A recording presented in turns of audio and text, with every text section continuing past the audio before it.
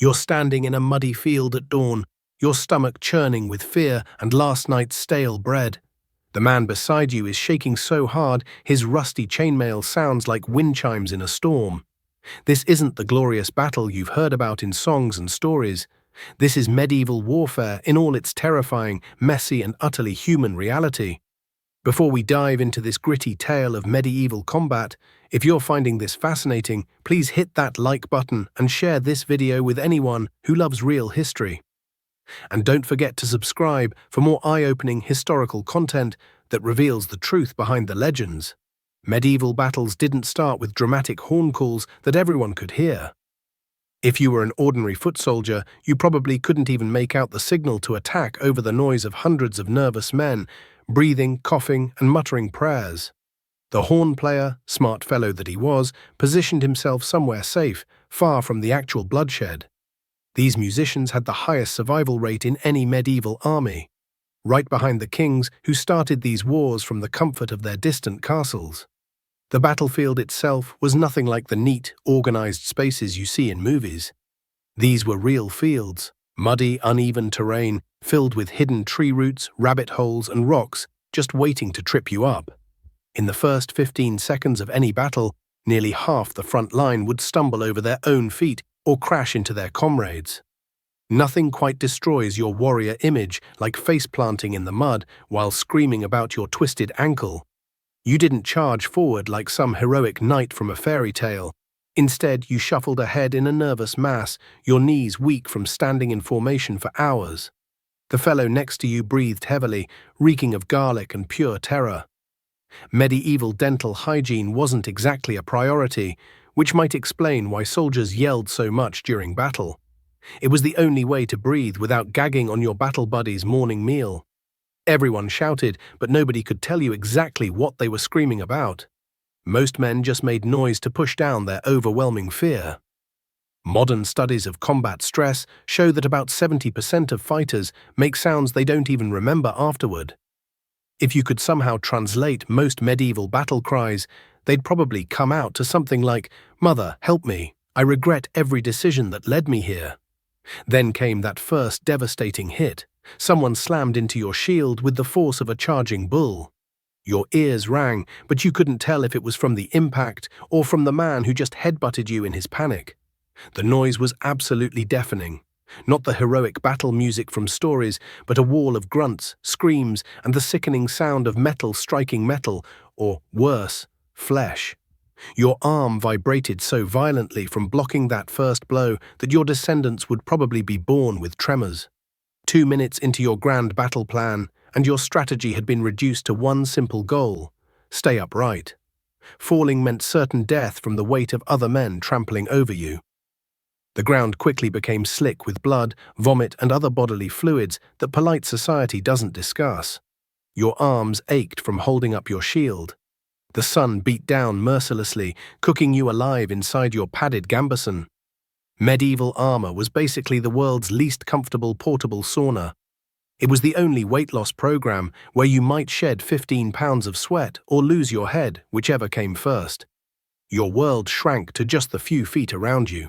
All you could see were the terrified eyes of the man opposite you, who looked just as confused and frightened as you felt. In that moment, you both silently agreed that whoever had told you battle was glorious deserved a special place in the deepest pit of hell.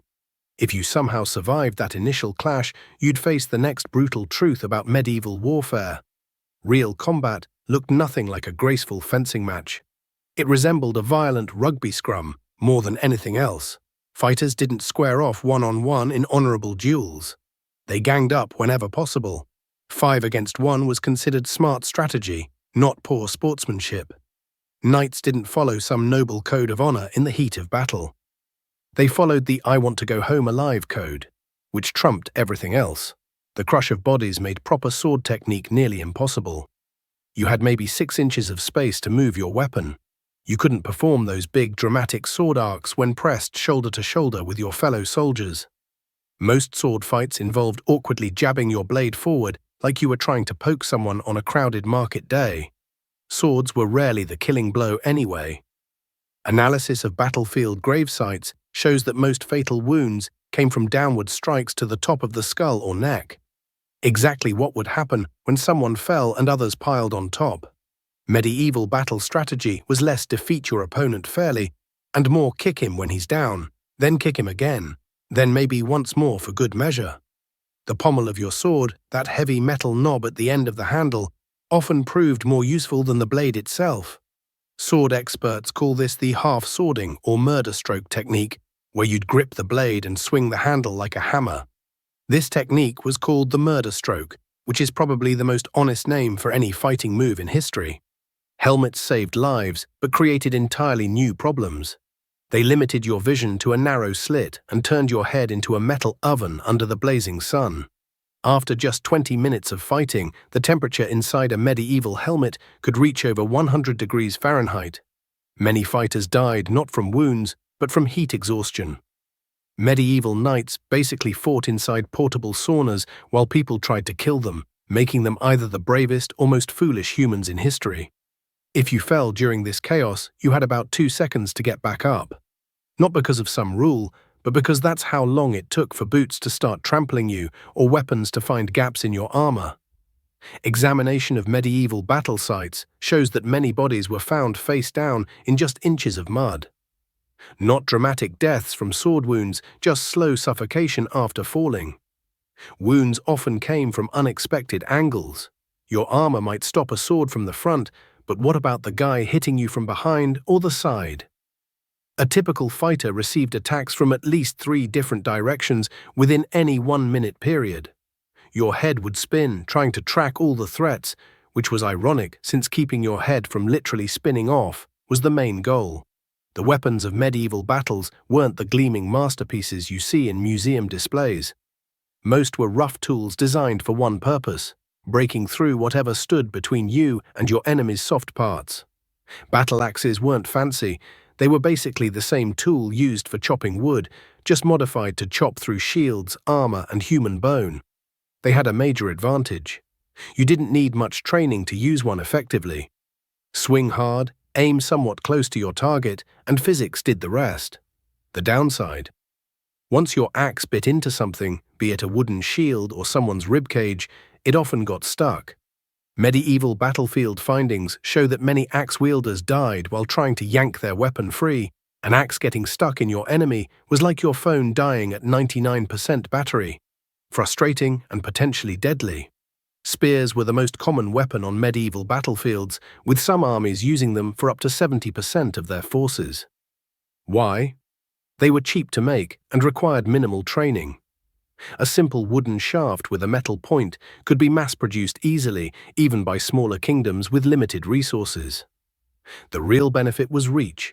You could stab someone from 6 feet away while they were still trying to get close enough to hit you. The drawback was maneuverability. In tight formations, spears became more hazard than help. Battlefield records mention numerous accidental spear injuries to allies. Many medieval soldiers got poked more often by their friends' spears than by their enemies.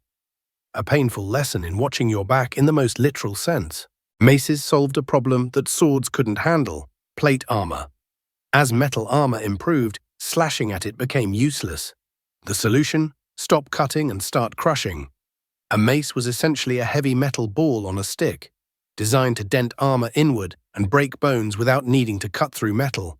Simple, effective, and terrifying. Church records from the period show that many religious knights favored maces because they technically didn't shed blood and thus didn't violate religious restrictions. Medieval logic at its finest. I can't cut you open, but I can turn your insides into pudding. God's totally fine with that. Swords get all the glory in stories, but they were actually the least common weapon on medieval battlefields. Why? They were expensive.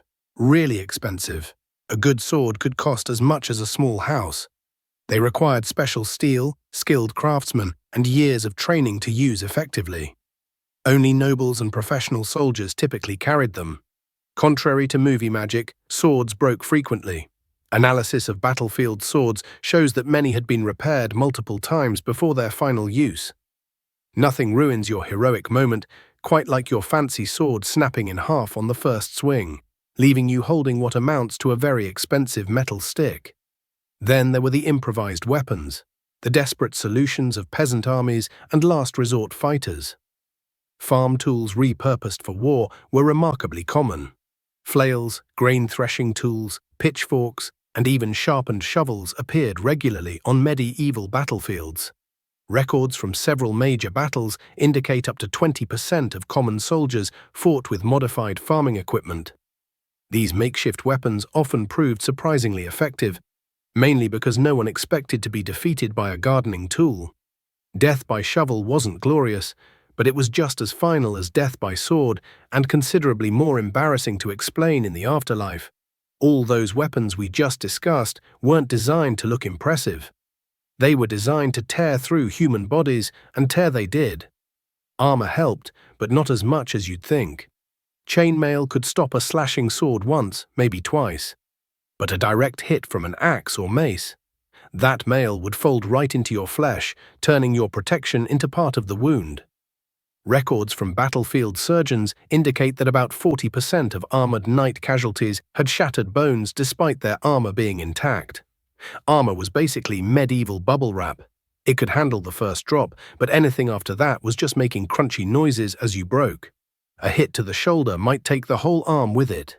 Medieval weapons didn't make clean cuts. They tore, shredded, and mangled. Most fighters who lost limbs in battle didn't die from the injury itself, but from blood loss or the infection that followed. Blood loss happened far faster than in movies, where heroes fight on despite multiple wounds. The human body contains roughly 10 pints of blood, and losing just 2 can cause unconsciousness. Records suggest that many soldiers bled out in under 5 minutes after major wounds. Sometimes you didn't even know you were hit until your vision blurred and your knees gave out. Internal injuries from blunt weapons were actually worse than cuts. Nothing to stitch up, just pain and panic. A solid mace hit might not break the skin, but could rupture organs, crack ribs, or cause brain bleeding. Medieval doctors had a technical term for these hidden injuries: the "oh no, he was fine a minute ago" syndrome. Not every wound was dramatic. Teeth flew out when helmets took hits. Eyes got gouged by splinters from broken shields. Small wounds that today would need just a few stitches became life-threatening due to infection. Records from monastery hospitals show that for every soldier who died in battle, 3 more died afterward from wound infections. There were no medics waiting on the sidelines. The closest thing to battlefield medicine was other soldiers tying belts around wounded limbs to slow bleeding or cauterizing wounds with heated dagger tips. Medieval pain scales ranged from "I can still fight" to "please just kill me now," with very little in between. Field hospitals, when they existed at all, were usually just tents where the wounded were laid out on straw. Surgical tools weren't sterilized, they were maybe wiped on a cloth if you were lucky. Battlefield surgery success rates hovered around 30%, and most procedures involved amputation, not because it was always necessary, but because it was quick. The mental trauma from these wounds often proved as devastating as the physical damage. Many survivors described feeling their minds fragment during battle, especially after seeing or experiencing horrific injuries. And as the battle wore on, your mind would begin to play tricks on you. The medieval battlefield wasn't just a test of physical strength, it was a mental nightmare that few were prepared for. As the battle raged on, something strange happened to fighters' minds, something that training couldn't prevent and bravery couldn't overcome. Where am I? This question haunted many fighters after just 10 minutes of combat. The constant movement, the spinning to face threats from all sides, and the lack of clear sight lines meant that many soldiers quickly lost their sense of direction. Without modern communication systems, units became separated and disorganized. Studies of battle accounts reveal that approximately 60% of medieval soldiers couldn't identify which direction they were facing after the initial clash.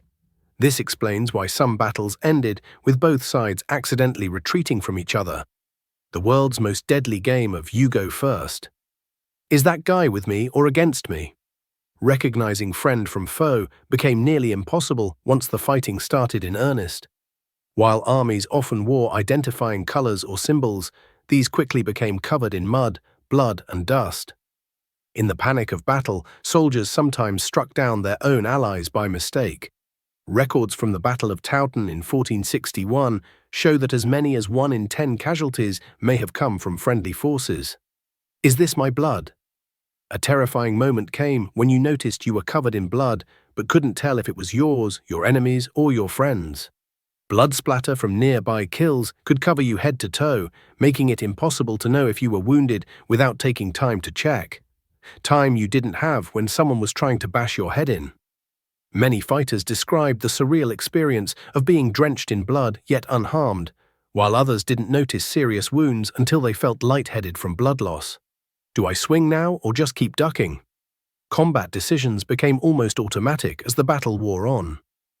The conscious mind couldn't process information quickly enough to make thoughtful choices. Instead, fighters relied on muscle memory and instinct. Training exercises drilled into soldiers over and over again would take over. Like a dance routine, your body remembers even when your mind goes blank. Those who survived battles often reported having no memory of specific actions they took. Their bodies fought while their minds went elsewhere. It's like when you drive home and suddenly realize you don't remember the last 10 minutes of the trip, except instead of missing a turn, you might have stabbed 7 people. The human brain simply wasn't designed to handle the stress of medieval combat. Fear, rage, and confusion took turns driving behavior, with little room for strategic thinking. Modern studies of how the brain processes extreme stress show that higher cognitive function shuts down under threat, leaving only the most basic survival instincts active. For medieval fighters, this meant their carefully planned battle tactics often gave way to primal responses within minutes. You'd start swinging at shapes rather than people. As exhaustion and stress mounted, vision could narrow to a tunnel. Instead of seeing whole people, fighters began to react only to movement and basic shapes. A flash of metal, a blur of color, something coming from the left. Friend or foe became irrelevant in this state. If it moved toward you, you struck at it. After enough minutes of this sensory overload, the body would move on its own, while thoughts became just white noise.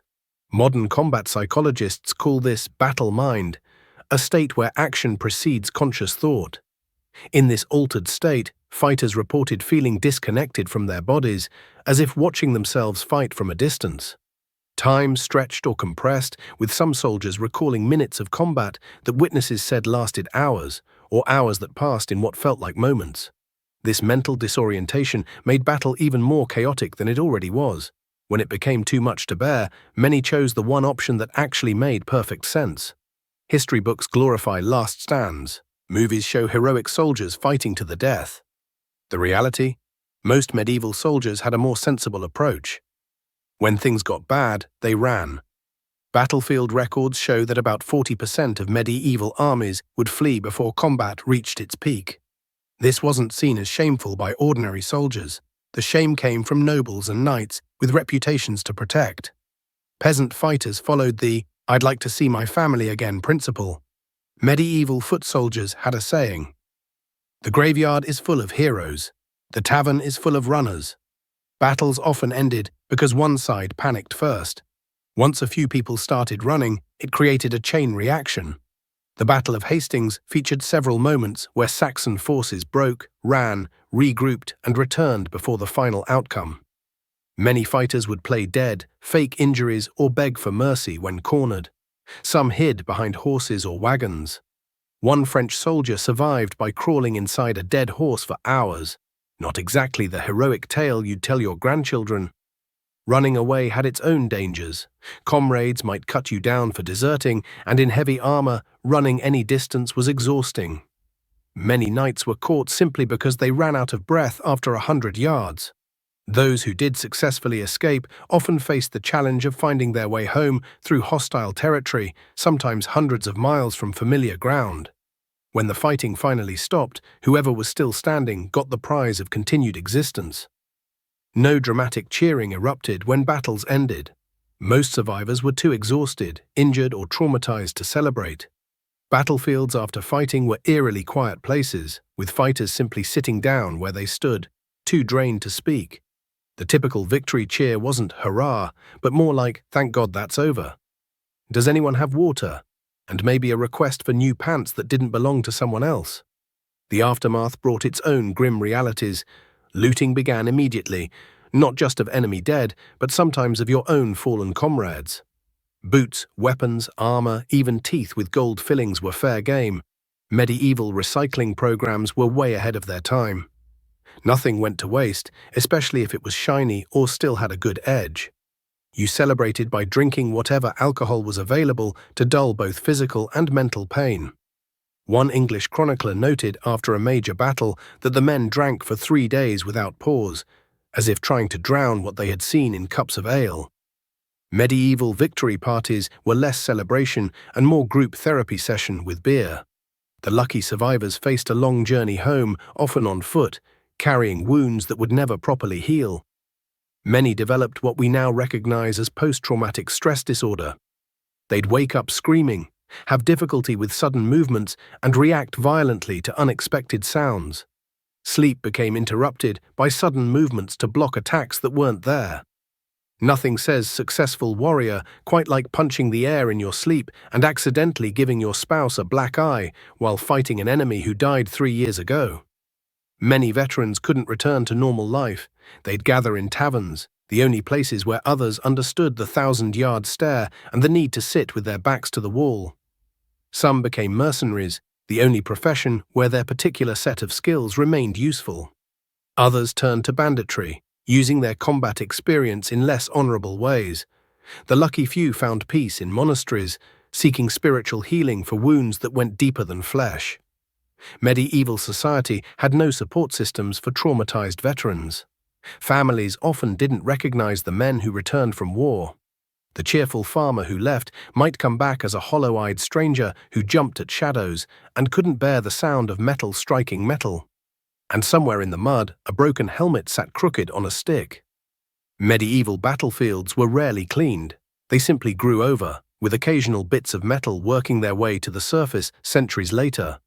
Farmers would find arrowheads, sword fragments, and sometimes bones while plowing their fields. These forgotten battlefields became part of the landscape, their stories buried under wildflowers and wheat. Local legends might preserve some memory of the fighting, but the individual stories, the terror, the pain, the small acts of courage and cowardice, were lost to time. Archaeological excavations of medieval battle sites continue to reveal the brutal reality of these conflicts. Mass graves show evidence of horrific wounds, desperate medical attempts, and the sheer scale of human suffering that these glorious battles produced. The weapons found tell their own stories: broken swords, bent armor, and improvised weapons that speak to the desperate nature of medieval combat. Each artifact represents someone's last moments, their final attempt to survive in a world where violence was often the only solution to political problems. This was medieval warfare, not the sanitized version from movies and books, but the raw, terrifying, utterly human experience of ordinary people caught in extraordinary violence. It was muddy, chaotic, and brutal beyond imagination. It was also profoundly human, filled with fear, courage, desperation, and the simple desire to see another sunrise. The men who fought these battles weren't superhuman warriors. They were farmers, craftsmen, and laborers who found themselves holding weapons they barely knew how to use, facing other scared humans in a contest where the stakes were life and death. Their stories deserve to be told honestly, without the romantic gloss that history often applies to warfare. Understanding the reality of medieval combat helps us appreciate both the courage of those who fought and the true cost of the political ambitions that sent them to die in muddy fields far from home. These weren't glorious adventures, but human tragedies played out on a massive scale. The next time you see a movie about medieval knights charging into battle with perfect armor and heroic music, remember the real story, the one filled with mud, terror, and ordinary people doing extraordinary things just to survive another day. If this deep dive into the brutal reality of medieval warfare has opened your eyes to how different history really was from what we see in movies, please give this video a like and share it with fellow history enthusiasts. Your support helps us continue bringing you these untold stories from the past. Don't forget to subscribe and hit that notification bell so you never miss our latest historical revelations. Until next time, keep questioning what you think you know about history. The truth of medieval warfare wasn't found in the songs of glory or the tales of honor. It was found in the mud, the blood, and the simple human desire to go home. That's the story that deserves to be remembered.